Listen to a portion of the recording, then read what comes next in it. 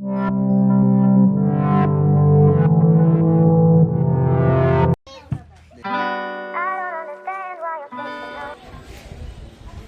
दोस्तों, ठाकुर ब्लॉग में आप सभी का स्वागत है।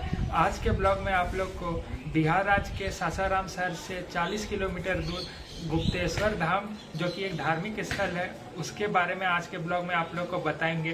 तो आइए चलते हैं गुप्तेश्वर धाम की ओर। आज मैं दोस्तों आपको बिहार राज्य के रोहतास जिला के चनारी प्रखंड में स्थित गुप्ता धाम के बारे में बताने जा रहा हूँ, जो कि कैमूर के पहाड़ी पर स्थित है। इस क्षेत्र में भगवान शंकर व भस्मासुर से जुड़ी कथा को जीवंत रखे हुए व पौराणिक मान्यताओं के अनुसार भस्मासुर से भयभीत होकर भगवान शिव को भागना पड़ा था।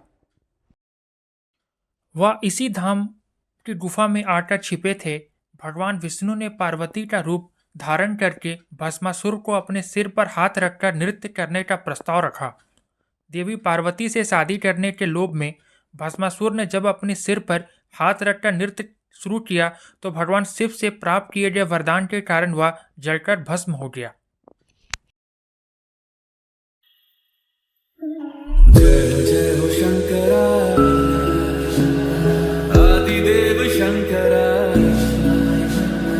तेरे जाप के बिना चले ये सांस किस तरह। मेरा कर्म तू ही जाने, क्या बुरा है क्या भला। तेरे रास्ते पे मैं तो आंख मूंद के चला। तेरे नाम की जोत ने सारा हर लिया तमस मेरा। नमो नमो शंकर, भोलेनाथ शंकर, जय प्रियो नाम शंभो, जय शिवाय नमो नमो शंकर। ऐतिहासिक गुप्तेश्वर महादेव का गुफा मंदिर को लेकर कई किंवदंतियां हैं, किंतु इनका कोई पौराणिक आधार नहीं है। विंध्य श्रृंखला की कैमूर पहाड़ी के जंगलों से घिरे गुप्ता धाम गुफा आज भी रहस्यमय बना हुआ है। बाबा धाम की तरह गुप्तेश्वर यानी गुप्ता धाम श्रद्धालुओं में काफी लोकप्रिय है। यहाँ बक्सर से गंगा जल लेकर शिवलिंग पर चढ़ाने की परंपरा है। गुफा में गहन अंधेरा होता है, बिना कृत्रिम प्रकाश के भीतर जाना संभव नहीं है। पहाड़ी पर स्थित इस पवित्र गुफा का द्वार पर जाने के बाद सीढ़ियों से नीचे उतरना पड़ता है।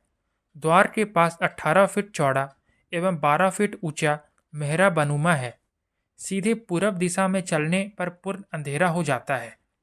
गुफा में लगभग 363 फीट अंदर जाने पर बहुत बड़ा गड्ढा है, जिसमें सालों भर पानी भरा रहता है, इसलिए इसे पाताल गंगा के नाम से जानते हैं।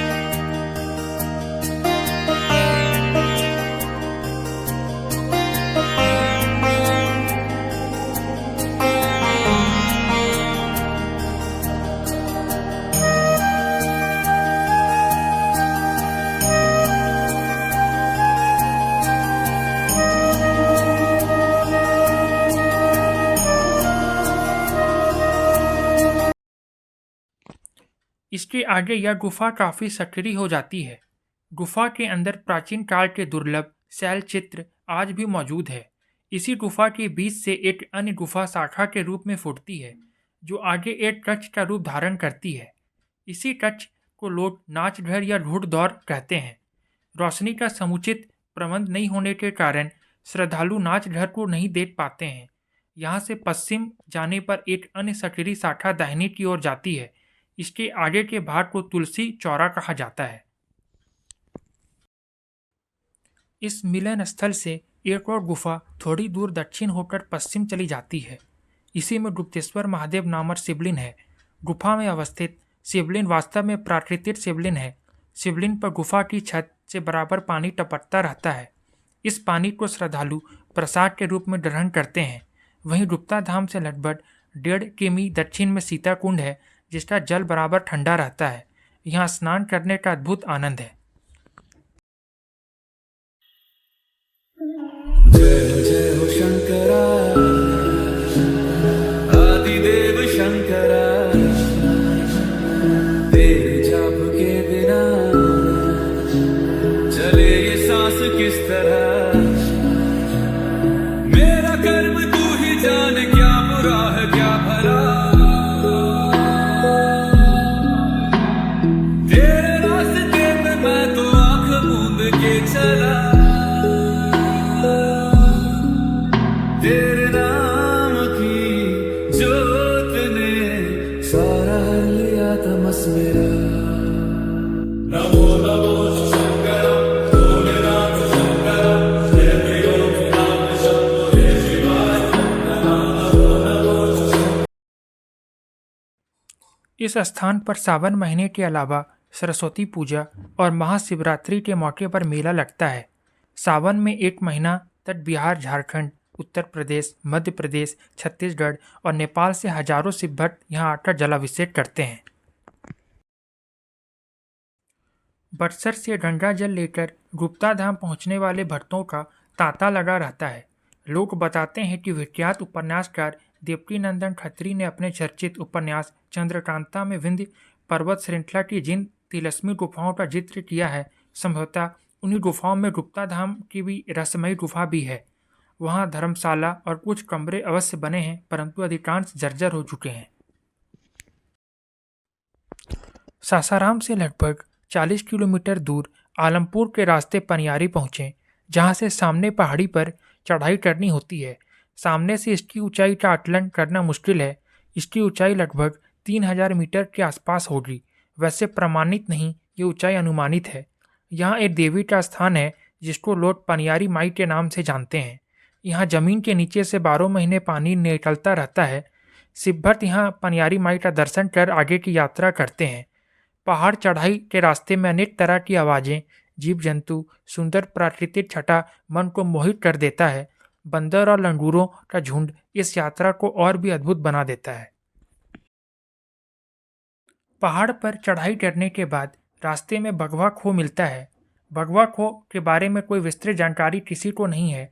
जैसे कि नाम से स्पष्ट होता है, शायद पहले यहाँ बाढ़ की मांद होगी, पर लोगों के आवागमन की वजह से वो दूर जंगल में चले गए हों। हालांकि वहाँ एक बाबा जरूर दिख जाते हैं। एक गजब का तेज है उनमें, बड़े बड़े बाल नहीं जटा, लगता है कि सालों से कंघी नहीं किया गया है। दुर्बल सा शरीर, लेकिन गजब का तेज। वो उसी मांद में बैठे रहते थे। पास में जलता हुआ मोटा सा पेड़ का तना और उसके भस्म को वे अपने पूरे शरीर पर लगाए रहते हैं। वहाँ से पहाड़ी के चारों तरफ प्राकृतिक नज़ारा किसी स्वर्ग से कम नहीं था।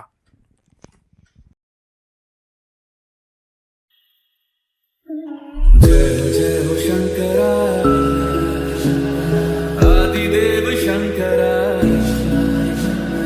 तेरे जाप के बिना चले ये सांस किस तरह। मेरा कर्म तू ही जाने, क्या बुरा है क्या भला। तेरे रास्ते पे मैं तो आंख मूंद के चला। तेरे नाम की जोत ने सारा हर लिया तमस मेरा। नमो नमो शंकर, भोलेनाथ शंकर, जय त्रिलोकीनाथ शंभो, जय शिवाय। वहाँ 10 से 12 किलोमीटर दूर जाने पर आम के कुछ पेड़ मिलते हैं। बड़े से आम के पेड़ लगता है जैसे पीपल और बट की तरह फैले हुए, एक के बाद एक कई। हाँ, उन्हीं आम के पेड़ की वजह से उस जगह का नाम था अम्बुआ चुआ। अम्बुआ चुआ का हिंदी में अर्थ होता है आम का गिरना। शायद इसी तरह से इस स्थान का नामकरण हुआ होगा। वैसे तो इसका कोई प्रमाण नहीं, पर स्थानीय लोग यही कारण बताते हैं। आगे एक जगह हनुमान जी और दुर्गा जी का मंदिर है। वहाँ बहुत सी छोटी छोटी दुकानें हैं। पहले तो कुछ भी मिलना मुश्किल था, पर आज वहाँ आधुनिक पेय पदार्थ, खाने वाली चीज़ें, पकौड़ी, चावल, दाल सब कुछ मिलने लगा है। छोटी छोटी तंबूनुमा जगह बनाई गई हैं जिसमें यात्री आराम करते हैं। यहीं पर सारे रास्ते से आने वाले शिव भक्तों का मिलन होता है। यहाँ से चलने के बाद रास्ते में 2 बार दुर्गावती नदी को पार करना पड़ता है। पहाड़ी पर वर्षा होने के कारण इस नदी का जलस्तर इतना बढ़ जाता है कि बाढ़ जैसा नज़ारा हो जाता है। यहाँ नदी पार करने की कोई मुकम्मल व्यवस्था नहीं है, इसलिए नदी पार करते वक्त सावधानी बरतने की ज़रूरत है।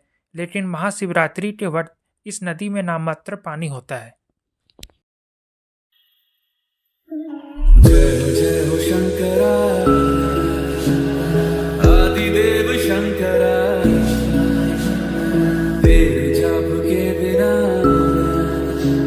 चले ये सांस किस तरह। मेरा कर्म तू ही जाने, क्या बुरा है क्या भला। तेरे रास्ते पे मैं तो आंख मूंद के चला, तेरे नाम की जोत ने सारा लिया तमस मेरा। नमो नमो शंकर, भोलेनाथ शंकर, जय प्रियो नाम शंभो जय शिवाय। फिर लगभग 3 से 4 किलोमीटर ऊपर नीचे समतल चलने के बाद पहाड़ी का दूसरा छोर आ जाता है। वहाँ से 3 या 4 किलोमीटर दूर चलने के बाद आता है बाबा गुप्तेश्वर नाथ की गुफा। वो गुफा जिसमें खुद भोलेनाथ भस्मासुर से बचने के लिए छुपे थे। गुफा के लगभग 2 किमी दूर एक झरना है, नाम है सीता कुंड। कहते हैं यहाँ का पानी इतना शीतल है कि कुछ लोग इसे शीतल कुंड भी कहते हैं।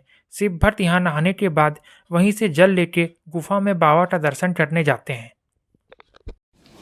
दोस्तों, अगर आज का ब्लॉग अच्छा लगा तो हमारे चैनल को लाइक करें, शेयर करें और सब्सक्राइब करें। और आप अगर हमारे चैनल को सपोर्ट करना चाहते हैं तो डिस्क्रिप्शन में गूगल पे का UPI ID मिल जाएगा, तो आप हमारे चैनल को सपोर्ट भी कर सकते हैं। फिर मिलते हैं नेक्स्ट ब्लॉग में।